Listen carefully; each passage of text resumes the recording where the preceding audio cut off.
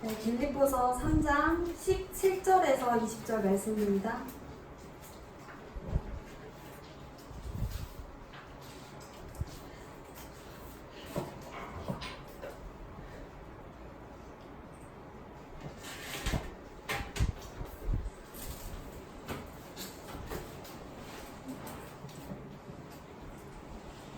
찾으셨나요? 네, 17절부터 함께 읽겠습니다.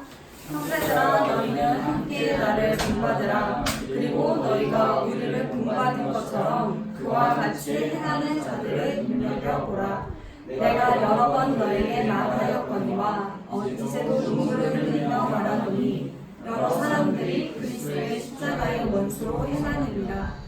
그들의 마침은 영광이요 그들의 쉬는 배요 그 영광은 그들의 부끄러움에 있고 땅의 일을 생각하는 자라.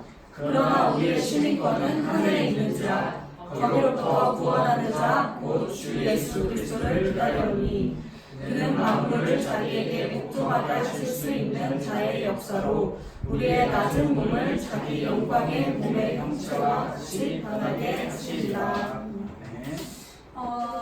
우리가 교회에 오죠. 여러분 오늘 금요일에 오셨는데 교회에 와서 출석은 해요.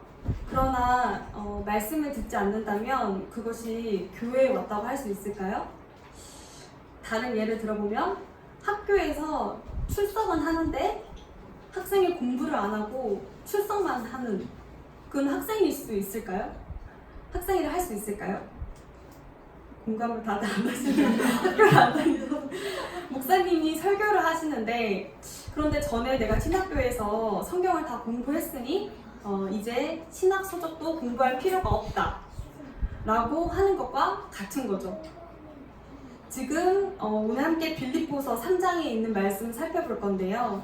지금 빌립보 교회 상황이 이렇습니다. 그리스도를 믿음으로 의를 얻는다고 말하면서 나는 학생이야, 나는 교회를 다니고 있어, 나는 목사야, 나는 집사고, 나는 권사야, 난 장로야, 난 완전한 자가 되었으니 더 이상 무엇을 추구할 필요가 없다고 하는 자들이 이 빌립보에 있었던 거죠. 18절에 보면 그런 자들을 성경은 십자가의 원수라고 바울은 표현하고 있습니다. 바울이 빌립보 교회 성도들에게 오늘 이 말씀 구절은 눈물을 흘리며 말하고 있는 거예요. 바울이 빌립보 교회의 성도들에게 눈물을 흘리며 권면하고 있는 이야기를 오늘 함께 살펴보려고 합니다. 17절을 함께 같이 읽어볼까요? 시작! 형제들아, 너희는 함께 나를 본받으라. 그리고 너희가 우리를 본받은 것처럼 그와 같이 행하는 자들을 눈여겨보라. 저는 이 구절 읽고 좀 이상하다고 생각했던 게 바울이 왜 자기를 본받으라고 했을까? 예수님을 우리는 본받아야 되는데 바울은 여기서 나를 본받으라고 말하고 있습니다. 그리고 그 다음 구절에 보면 너희가 우리를 본받은 것처럼 여기서 우리는 바울의 동역자였던 디모데와 에바, 브로디도를 말하고 있는 거죠. 어쨌든 예수님을 본받아야 할 우리가 바울을 본받으라고 이 빌립보 교인들에게 이야기를 하는 거예요. 이 설명을 좀 해드리려고 합니다. 여러분이 지금 회사도 다니시고 뭐 학교도 다니시고 한데 회사에서 회사의 전체 큰 비전이나 목적을 가지고 다니죠. 그러나 사실 우리가 회사 직원이면 누구를 배웁니까? 회사 사장님하고 만날 일이 별로 없잖아요. 보통 제가 직원이면 위에 있는 상사랑 대화를 하고 상사를 통해서 회사를 알아가죠. 사장님과 마주할 일이 많지 않잖아요. 아닌가요? 교회는 어떨까요? 앞서 신앙생활하는 새 가족이 오면 누구를 보고 교회에 처음에 적응을 할까요? 바로 소그룹장님들, 그리고 리더들, 그리고 그 다음에 이제 목사님을 따라서 하고 있죠. 바울이 지금 그런 입장으로 이야기를 하는 거예요.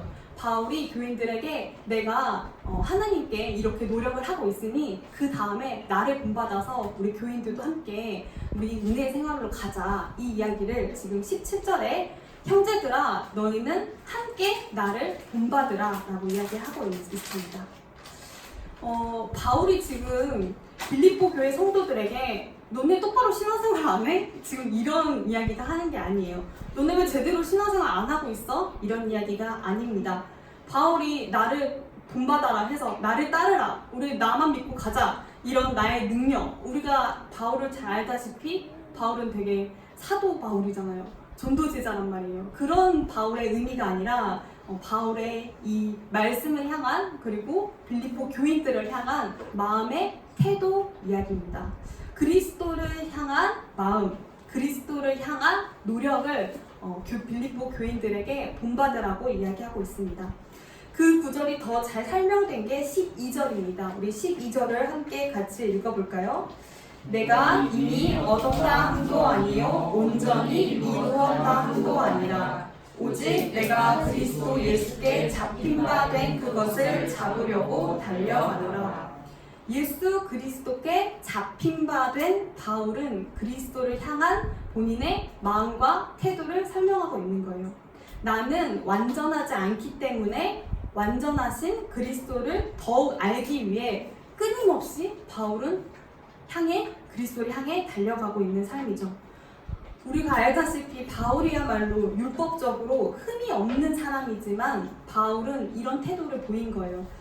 빌립보 3장 초반에 보면 나는 베냐민 집하고 나는 8일 만에 할례를 받았고 이 정도로 율법에 나는 히브리인 중에 히브리인이고, 이런 바울이 나는 완전한 게 없는 사람이고 우리 다 알다시피 나는 죽고 십자가를 바라보는 그 그리스도를 향한 그런 마음의 태도를 지금 빌립보 교인들에게 이야기해주고 있는 거죠. 내가 그리스도께 잡힌 바 된 우리의 그런 신앙들을 빌립보 교인들과 함께 이야기하고 있는 거예요. 14절을 보면 어디를 향해서 나아가고 있냐면 같이 읽어볼까요? 시작! 표대를 향하여 그리스도 예수 안에서 하나님이 위에서 부르신 부름의 상을 위하여 달려가노라. 바울의 믿음이에요. 표대는 어디죠? 바로 예수 그리스도예요. 예수 그리스도를 향해서 14절에 보니까 표대를 향하여 그리스도 예수 안에서라고 기록되어 있습니다. 바울의 삶과 인생의 목적이 그리스도를 닮아가는 삶입니다. 그리고 이렇게 부단히 노력하는 나를 본받으라고 빌립보 교인들에게 이야기하고 있는 거예요. 나 이 정도야, 나 이런 사람이야 라고 이야기하는 게 아니고, 나를 사랑하고 우리를 사랑하시는 예수 그리스도를 함께 본받자, 함께 사랑하자. 빌립보 교인들에게 우리 함께 그리스도를 바라보는 삶을 살자라고 이야기하고 있습니다. 그러면서 지금 빌립보 교인들에게 왜 이런 이야기를 하고 있는지 18절에 나와 있습니다. 함께 읽겠습니다. 내가 여러 번 너희에게 말하였거니와 이제 눈물을 흘리며 말하노니 여러 사람들이 그리스도의 십자가의 원수로 행하느니라. 십자가의 원수들은 뭐죠? 세상의 것을 사랑하고, 지금 빌립보 교회, 빌립보 지역에 있는 상황의 사람들이, 여러 사람들이 그리스도의 십자가의 원수로 행한다고 기록하고 있습니다. 그리고 내가 여러 번, 바울이 빌립보서를 쓰면서 계속해서 이야기를 하고 있는 게, 눈물을 흘리면서 교인들에게 그리스도를 바라보는 그 마음을 갖자고 이야기를 하고 있는 거죠. 십자가의 원수는 뭐죠? 곧 예수님과 상관없는 삶을 사는 자들이죠. 예수님을 닮아가는 삶이 아닌 거죠. 내 멋대로, 내 생각대로, 내 판단대로 살아가는 사람들을 의미합니다. 이들의 마침이 뭘까요? 바로 멸망이죠. 19절 같이 함께 읽겠습니다. 그들의 맞춤은 멸망이요 그들의 쉬는 배요 그 영광은 그들의 부끄러움에 있고 땅의 일을 생각하는 자. 왜 바울이 눈물로 빌립보 교인들에게 이야기하는가요? 왜 빌립보 교회 사람들에게 그리스도를 본받는 삶을 살자, 우리 함께 다시 신앙생활 하자, 왜 이런 이야기를 하고 있죠? 그들의 마침이 멸망이기 때문이라고 성경을 기록하고 있습니다. 19절에 보면 그들의 신은 배요라고 기록되어 있어요. 그들이 믿는 신이 자기 그냥 사람이 있는 그 배래요. 배는 뭐죠? 사람이 배고프면 음식을 찾잖아요. 그럼 뭐죠? 탐욕주의자들을 의미하죠. 자기가 배고플 때마다 찾는 거예요. 자기가 믿는 신이 그렇게 배고플 때 찾는, 자기가 원할 때마다 예수님을 믿는 그런 이 시대 상황을 표현하고 있습니다. 뭐죠? 겉으로는 의롭다고 하지만 자신들의 이익을 추구하고 땅의 일은 세상의 것을 추구한다는 거죠. 지금 십자가의 원수들의 마침은 멸망인데 이 바울이 눈물로 이야기하는 거예요. 니네들의 마침은 멸망이다. 이 빌립보 교회 사람들아 잘 듣거라 라는 이야기를 하고 있는 거죠. 그리스도의 십자가의 원수들은 자신의 이익과 탐욕 그리고 욕망에 헛된 것을 추구하며 살아간다는 이야기입니다. 지금 빌립보 교회의 모습이기 때문이죠. 근데 자칫 오해할 수 있는 것이 우리가 세상 속에 살아가잖아요. 여기는 세상이에요. 그들의 신은 배요. 저도 이해는 갔어요. 왜냐면 저도 먹고 살기 위해 열심히 살아가고 여기 오신 분들도 먹고 살기 위해 열심히 살아가고 있기 때문에 열심히 일해야죠. 그럼 바울이 지금 그런 이야기로 하는 말이 아니라 바울은 앞서 말한 것처럼 마음 이야기를 하고 있는 거예요. 너희의 마음이 지금 어디를 향해 기울이고 있느냐? 너가 그리스도를 향해 닮아가는 삶을 살고 있느냐? 아니면 십자가의 원수들처럼 그들이 배고플 때만 찾는 하나님을 믿고 살고 있느냐? 어디를 향해 기울이고 있느냐죠. 그리스도를 본받는 삶을 살고 있는지 아니면 배불리 먹고 그치는 이 세상의 것에 마음이 있는지. 더 쉽게 이야기하면 교회 다니고 학교도 다니고 그런데 마음속에 십자가의 사랑이 없이 그냥 사는 거예요. 십자가의 사랑이 내 마음속에 있으면 그들이 믿는 신이 배가 될 수 없겠죠. 그런 빌립보 교회인 사람들에게 20절 바울이 더 설명하고 있습니다. 같이 읽을까요? 시작! 그러나 우리의 시민권은 하늘에 있는 것이다. 거기로부터 구원하는 자 곧 주 예수 그리스도를 기다리노니. 빌립보 교회, 그러니까 빌립보 지역에 선민 사상이 가득했어요. 선민 사상은 뭐죠? 나만 택함 받은 하나님의 자녀야. 나만, 넌 아니고 나만. 그런 빌립보 지역에 가득했는데 빌립보는 당시 로마와 아시아를 중심으로 있는 그 도시였어요. 빌립보라는 도시가. 그리고 로마 제국에 속해 있었어요. 로마 제국에 속해 있었다는 것은 로마의 시민권을 부여받은 곳이에요. 그러면 빌립보도 로마만큼 잘 사는 동네는 아니었지만 어떻게 보면 로마의 시민권을 갖고 있는 동네였어요. 그럼 시민권은 뭐죠? 우리 특권이잖아요. 우리 여러분 다 한국 시민권을 갖고 계신데 한국에 살려면 한국 시민권이 있어야지 유리하게 살 수 있어요. 뭐 저희 학교에도 외국인들이 많은데 그 비자 받으려면 3개월에 한 번씩 해외에 있다가 나와야 하는 그런 것들을 거치더라고요. 그래야 되죠. 왜요? 시민권이 없기 때문에. 여기 당시의 로마의 시민권은 끝난 거예요. 로마의 시민권이 있다. 그러면 끝난 거예요. 그런데 왜 바울이 지금 시민권 이야기를 하느냐 하면 빌립보 교회 사람들이 이 시민권에 마음이 기울이고 있었다는 의미를 생각할 수 있었겠죠. 소로마로 불리는 곳이 바로 빌립보 지역이었는데 바울이 빌립보 교인들에게 울면서 권면했던 이유가 뭐죠? 교회 안에 십자가의 원수가 있었던 것 같아요. 뭐 자세한 건 모르지만 그들이 하나님의 나라가 임하면 어떻게 되죠? 그들의 마침은 멸망이기 때문에 이 바울이 울면서 권면하고 있는 거예요. 우리 마음이 지금 어디를 향해 가고 있는지 이 빌립보 교인들에게 알려주고 있는 거죠. 빌립보 교회에 있던 로마의 시민권을 가진 사람들은 나는 로마의 시민권이 있어 하면서 특권을 마치 누리고 살았을 테고 빌립보 교회에 있는 로마의 시민권이 없는 교인들은 어떻게 할까요? 부러워하며 살았겠죠.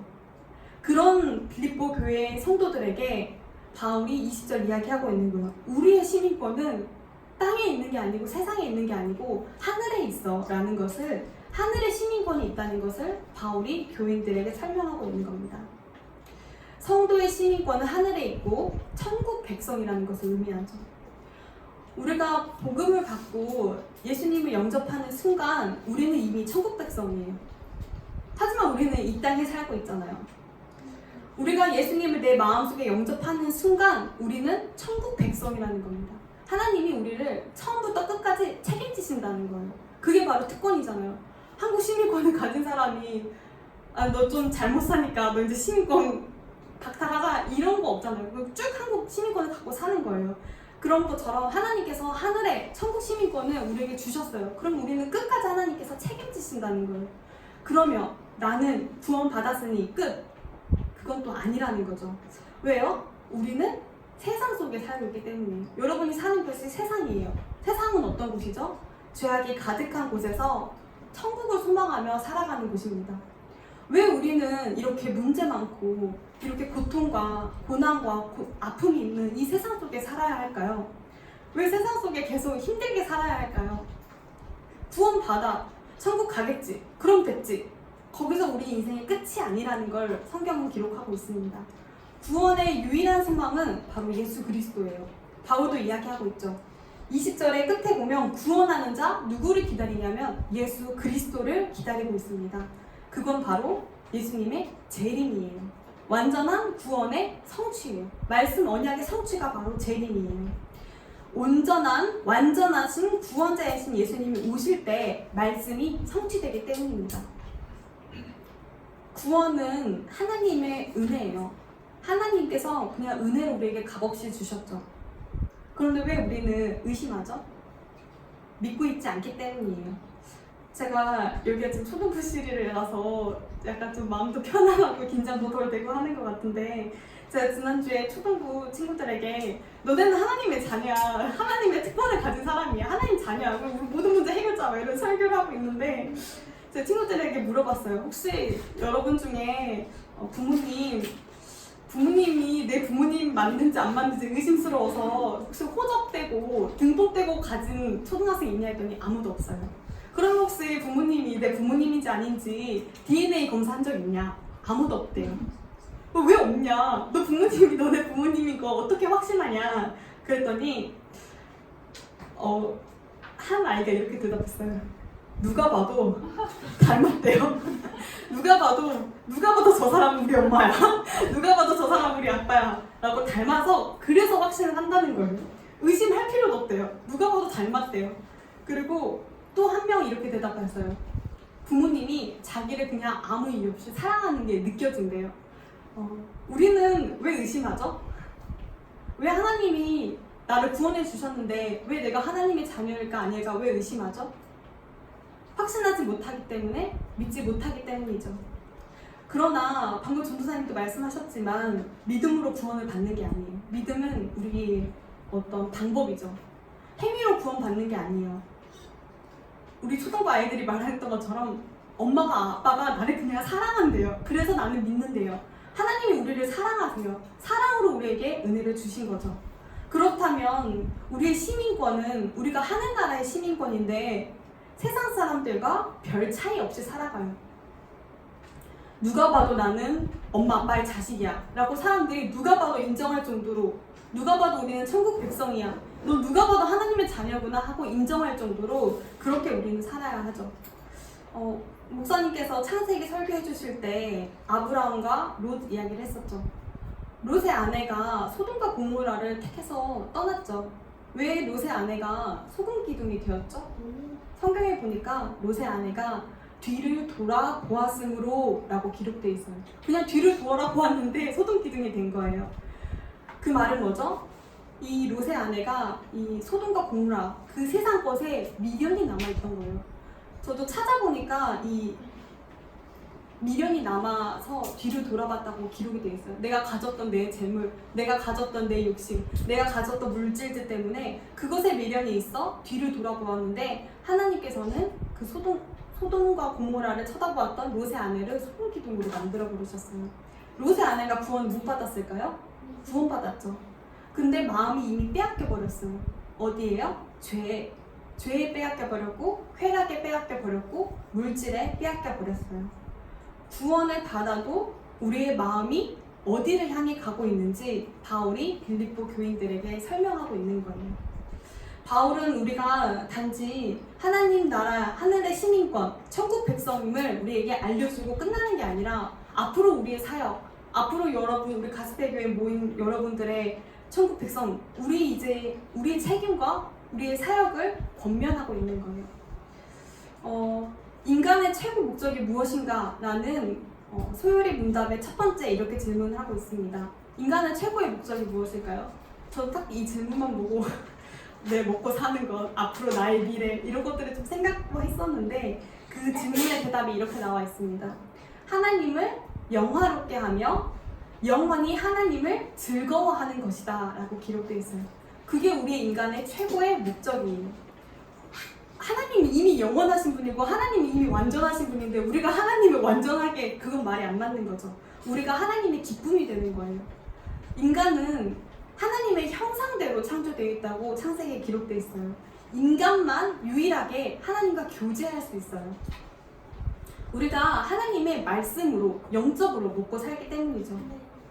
그런데 우리는 땅의 것, 세상의 것에 마음을 뺏기며 살아가고 있을지도 모르겠습니다. 하나님을 영화롭게 한다는 것은 하나님을 찬양하고 하나님을 인정하는 것입니다. 우리 마음이 하나님을 향해 있는 거죠.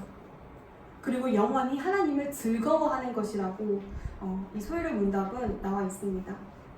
죽을 수밖에 없는 우리를, 죄와 허물로 죽은 우리를 천국 백성으로 마귀의 자녀에서 하나님의 자녀로 아예 호적을 천국 시민으로 바꿔버리셨어요.